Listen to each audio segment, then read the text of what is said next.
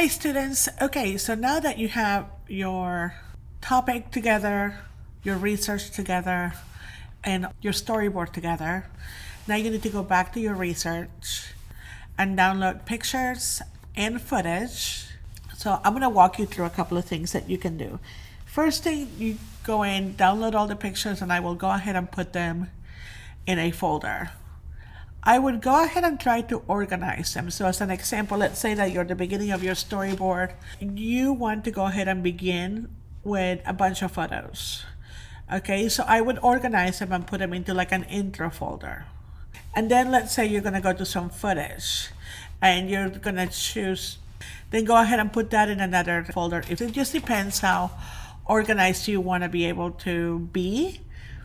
And also what happens is that the more organized you are, the better you have a chance of finding your way. Because what if you have 30 pieces of footage that you want to use? One of the things that you have to remember is that 5 seconds doesn't seem like a long time in real life, but keep in mind that 5 seconds in motion is a long time because you want to make sure the viewer engaged. You want to keep things moving. If you're keeping pictures, you want to keep that moving. If you're doing footage, you don't want to keep it on the screen a little too long. I mean, I'm sure you guys have had that feeling. You've watched movies sometimes that you're thinking, okay, I'm losing interest.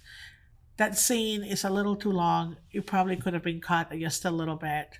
Or sometimes when you watch a movie and they're like 3 hours long and you're like, you can see that they were extending it on purpose, but sometimes what the director tries to do, they try to put you in their shoes and they want you to understand how they feel and their point of view from what you are watching this movie.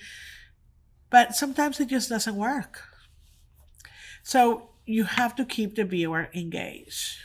After you put everything together, you want to go ahead and include credits at the end. If you went to YouTube and downloaded footage from YouTube, then you want to go ahead and include the channel because you want to make sure that you're very careful with copywriting.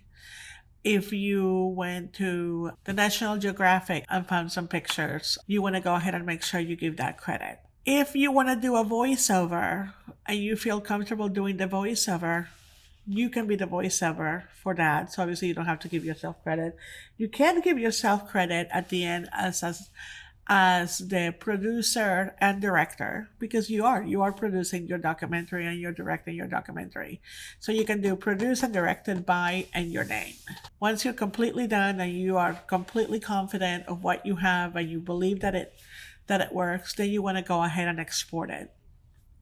And then you want to upload that video onto your YouTube channel. If you don't have a YouTube channel, you'll have to create one. I'm going to walk you through some of the steps. Okay, students, so now that you're ready with all those 3 parts, you are right here on part number 4. So if you notice in here, I added some additional information. You need to start collecting all of your photos, all of your footage, aka videos that you see, and put them in a place where you can find them. And I included in here some video converters. So a lot of times if you need to download some videos from YouTube, the Wondershare video converter is available, and also the HitPaw video converter is available. If you're using a Mac, you need to follow the steps. Here's some additional helpful information on how to download YouTube videos and downloading videos using your Android.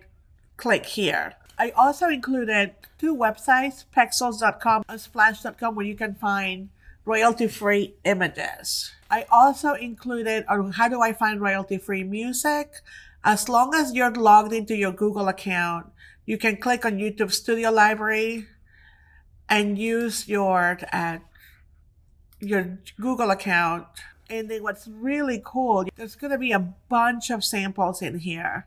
And what I would do, I would go through these, listen to them, make sure they're a fit for your video, and then download them. And they're also royalty free, so you don't have to worry about paying for those. I will add a video here on how to export your video using Premiere Pro. And I will also do a video on how you upload your video to YouTube. If you don't have a YouTube account, you can create one, and as long as you're logged into your Google account and you go to YouTube, you can use the same login to set up your YouTube account. And I'm also going to include a couple of more videos in here on tips on how to edit your images. I will include that here, so please be patient with me, and I will do that ASAP for you. Please let me know if you have any questions so far.